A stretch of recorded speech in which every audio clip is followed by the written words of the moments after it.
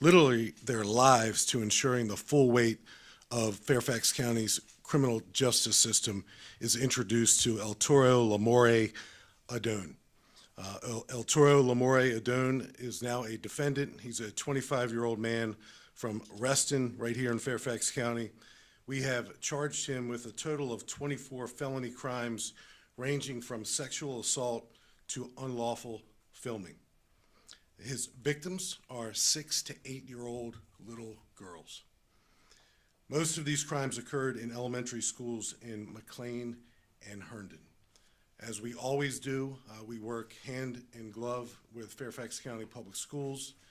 My 3+ year relationship with Dr. Reed in her leadership capacity is one that is filled with constant communication and feedback, and we can't thank FCPS enough for their collaboration over the last 3+ weeks. Without it, we wouldn't be where we are today, holding a really disturbing and sick man accountable for his actions that targeted little children. So Major Dan Spital will go over the details of the case. Dr. Reed will come up and offer some remarks, and then we'll answer any questions you may have. Thank you, Chief. Our investigation started on August 9th of this year.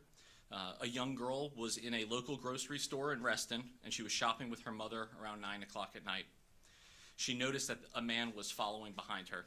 A few minutes later, the young girl told her mom that that man that was following them had touched her inappropriately. The police were called, and the man quickly left the store.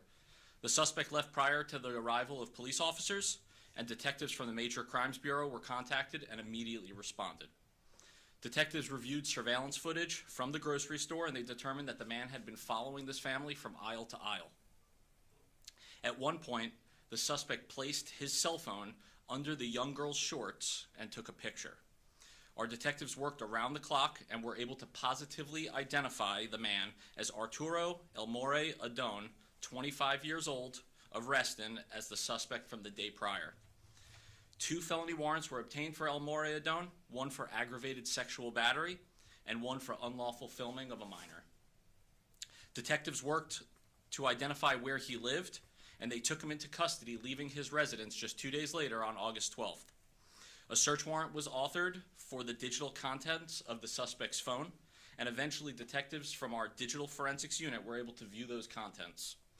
What our detectives discovered inside Elmore Adone's phone was nothing short of disturbing and disgusting. We located over 400 images and videos of child sexual abuse material, also known as CSAM, that had been downloaded from various international websites. We also located 7 videos of young elementary school students within Fairfax County schools, specifically Churchill Road Elementary School and Fox Mill Elementary School. These 7 videos were surreptitiously filmed by either hiding his phone in a bathroom or by placing his phone underneath the dresses, skirts, and shorts of the young children. There were 7 videos that had a total of 4 victims, all between the ages of 6 and 8.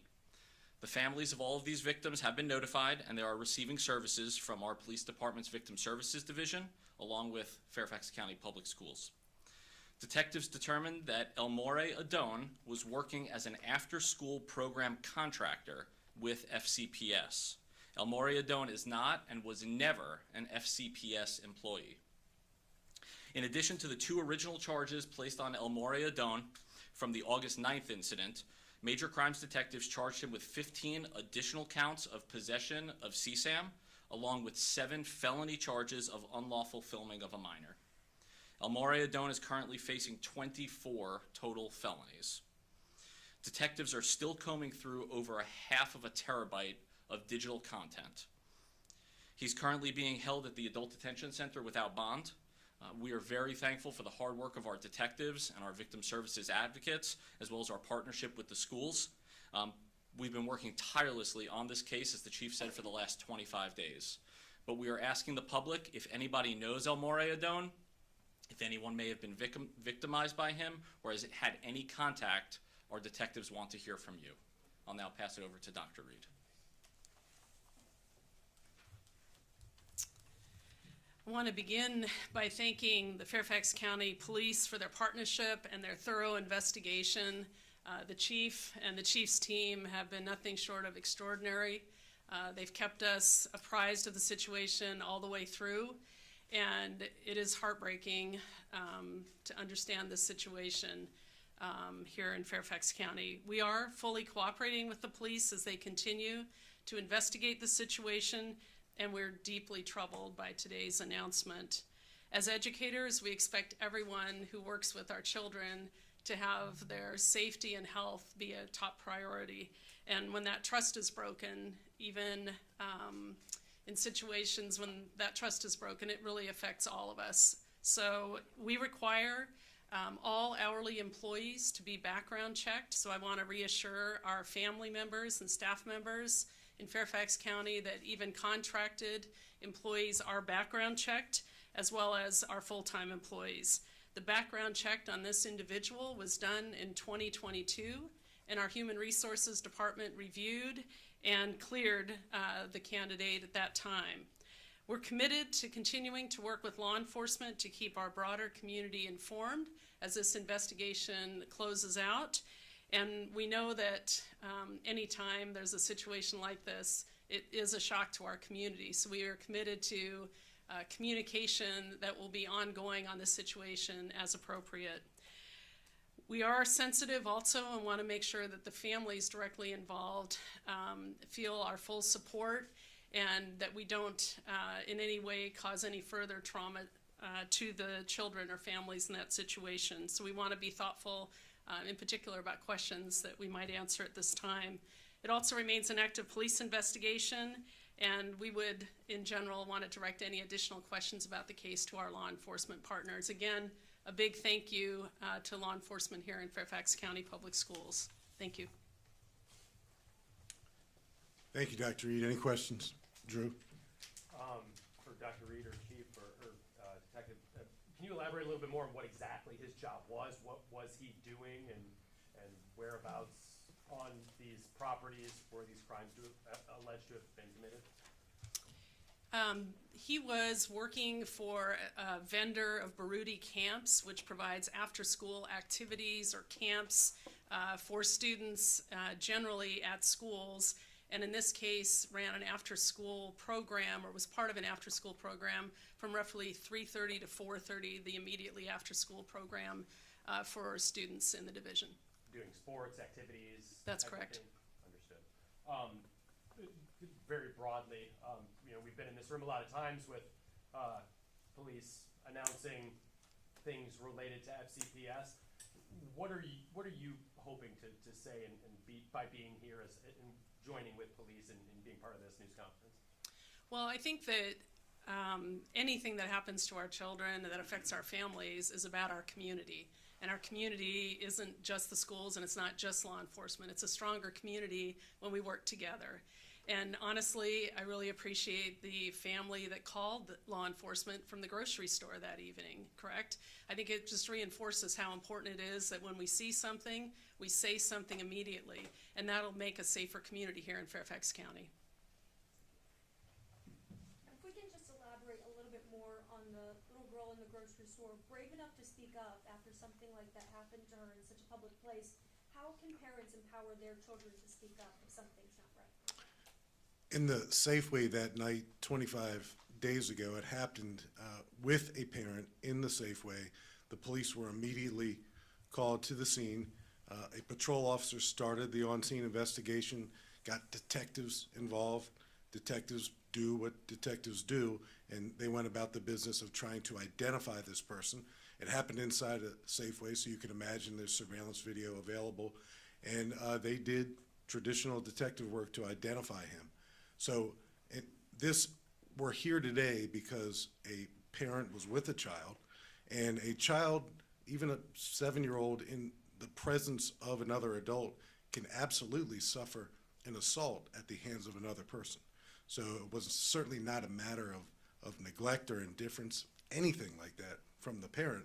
It just happened, and the parent did the right thing, got the police involved immediately. And back to kind of your question, Drew, we together speak to the community with one voice on matters like this one. We don't have dueling messages. We're all working toward the same thing, and Fairfax County Public Schools are places that we're all very proud of. And when something like this happens in our collective community, you're going to hear directly from me and Dr. Reed together. Yes, ma'am. I know you mentioned the investigation started this August. We do have a video of neighbors that was shared with us back in September of 2022. They reported it to the police that they saw this person in the parking lot of the complex they lived in, touching himself inappropriately. I would like to know what happened with that investigation. Is this still something you're looking into, and why did it take so long in such a way? I know the investigation process. Yeah, no, I appreciate the question. So back in September of 2022, there was a community member that did reach out to the police department and report that there was a suspicious person in their community. The person had his hands in his pockets, and they thought that he may have been doing something inappropriate with himself. Police were called. They reviewed the video. They spoke to witnesses, and at that point, there was no probable cause that existed to make any arrest. Will now it be reviewed again, or will that be left behind? Yeah, so unfortunately, that video, it spoke for itself. We understand what that community member saw and what likely might have been happening. However, now, over a year later, there is a statute of limitations, and that we can't go back further. However, our officers were out there. They did a complete investigation. They talked to witnesses. They talked to community members and reviewed that video. And just unfortunately, they were not able to obtain that probable cause at that time. Thank you. My other question, Sunrise Elementary, which is the elementary school nearest to his home, have we heard anything about him being around that area, possibly taking videos or pictures? So and just let me close the loop on your first question. Almost a couple years ago, El Toro Lamore Adone was the subject of a police call for service. So we get there, and we wrote a report. A crime was not committed, and therefore we didn't make an arrest, but we documented it. So it is certainly fair play to ask that question, because we had previous contact with him. He was engaged in suspicious behavior in the past. A community member saw it, thought enough of it to dial 911. We responded and wrote a report. I would argue that that's how it's supposed to work. Not every person we come into contact with, not every call for service we respond to results in a criminal arrest, because the threshold of probable cause is pretty high. Every time probable cause exists, we absolutely do make an arrest, but on this particular occasion, it didn't. We documented it, but certainly here we are in 2024, and within 25 days, 24 felony charges against him, thanks to really responsive work by patrol officers and detectives to hold him accountable, and he remains under a no-bond status. So any ongoing investigations, and Dr. Reed mentioned that this is an active investigation. We believe with the evidence that we've reviewed to this point, we have charged him with every crime that we can possibly realize probable cause to charge him with. There may be other crimes. So as a result of ongoing coverage, someone might recognize him as being in their neighborhood. We want to hear from that person, because if there are additional crimes that he committed, we will hold him accountable for those crimes as well. Yes, sir. You mentioned obviously people coming forward if they've seen him before. It seems like the two mugshots that we have of him, his appearance changed drastically. Is there any indication that this might be that he was trying to change the way he looked in the first mugshot that we have compared to the second one? Yeah, I think that would be speculative at the moment. There's one picture there. Go to the next picture.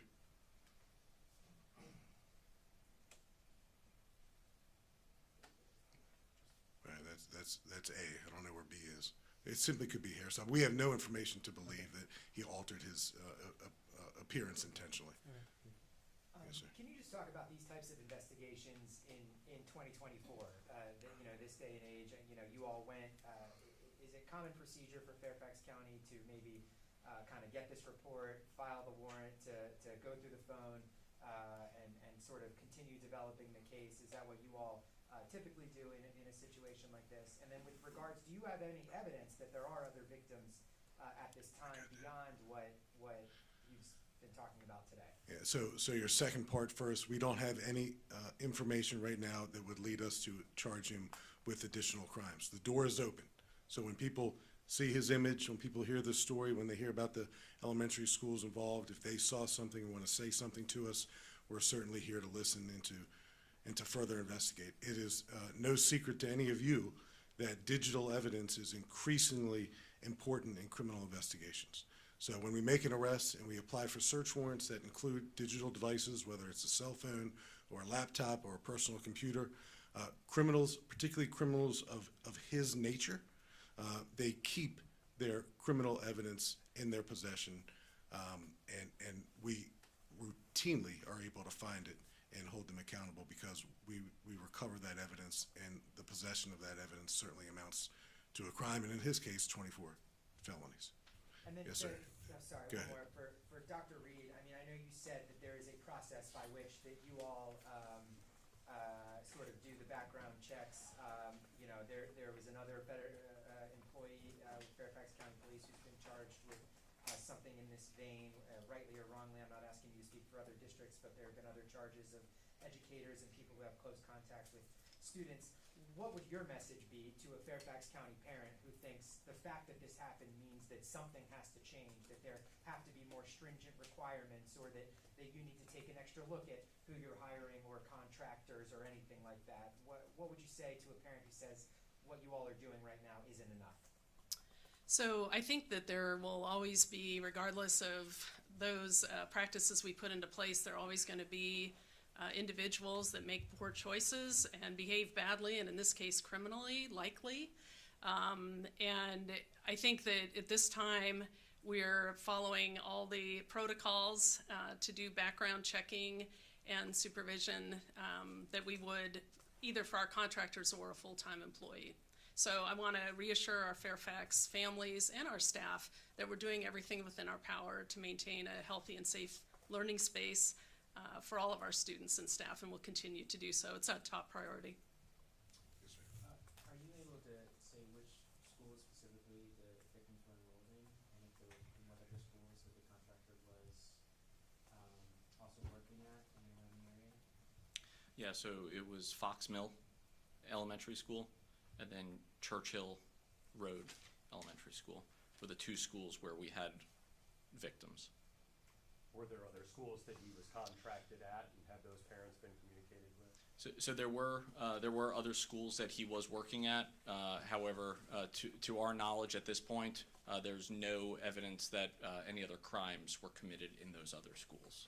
Has Sunrise Valley Elementary come into the conversation just because it was nearest to his home, or neighbors over there were concerned about him being so close to that school?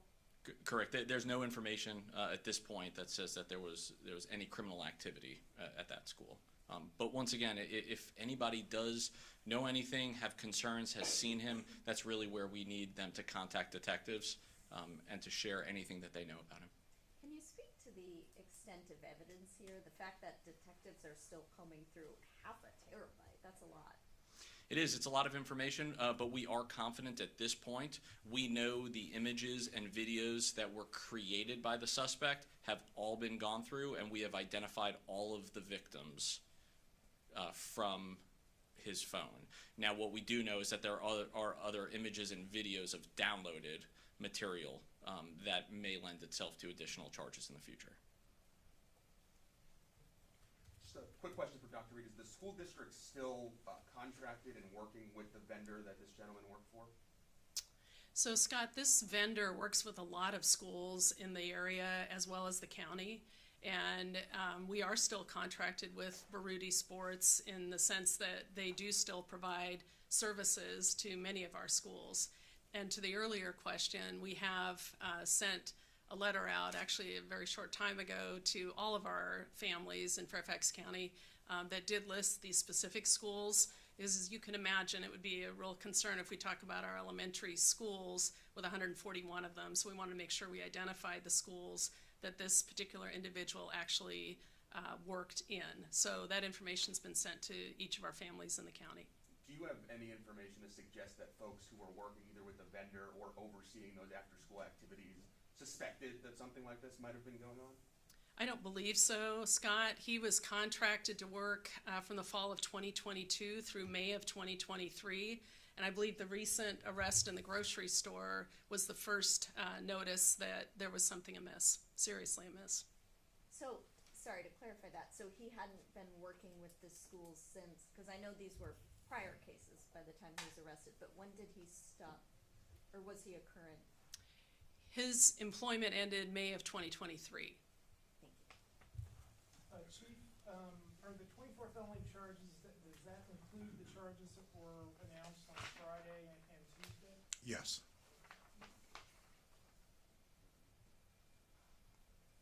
Anybody else? Yes, ma'am. Chief, if I can maybe ask an off-topic question about the child abuse that's being investigated in Alexandria where the kid's chained. Can you just speak to, I mean, in your career, is that something you've ever seen? Unfortunately, it is something that I've seen. It's very sad, very sick.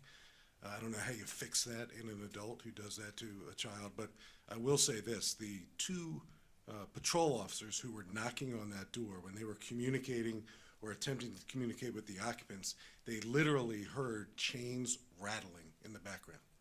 So what do? They could have turned their backs, walked away and written it in a report, or they could be inquisitive, and that's what they chose to do. They weren't going to walk away because they suspected that those chains that were rattling were attached to a human. In fact, they were attached to humans, and it was because of their determination to figure out what exactly is going on that led to those arrests. And you know, same goes with these set of circumstances. If not for the parent and the Safeway and the 911 call and the patrol officer and the detective, all these things are happening.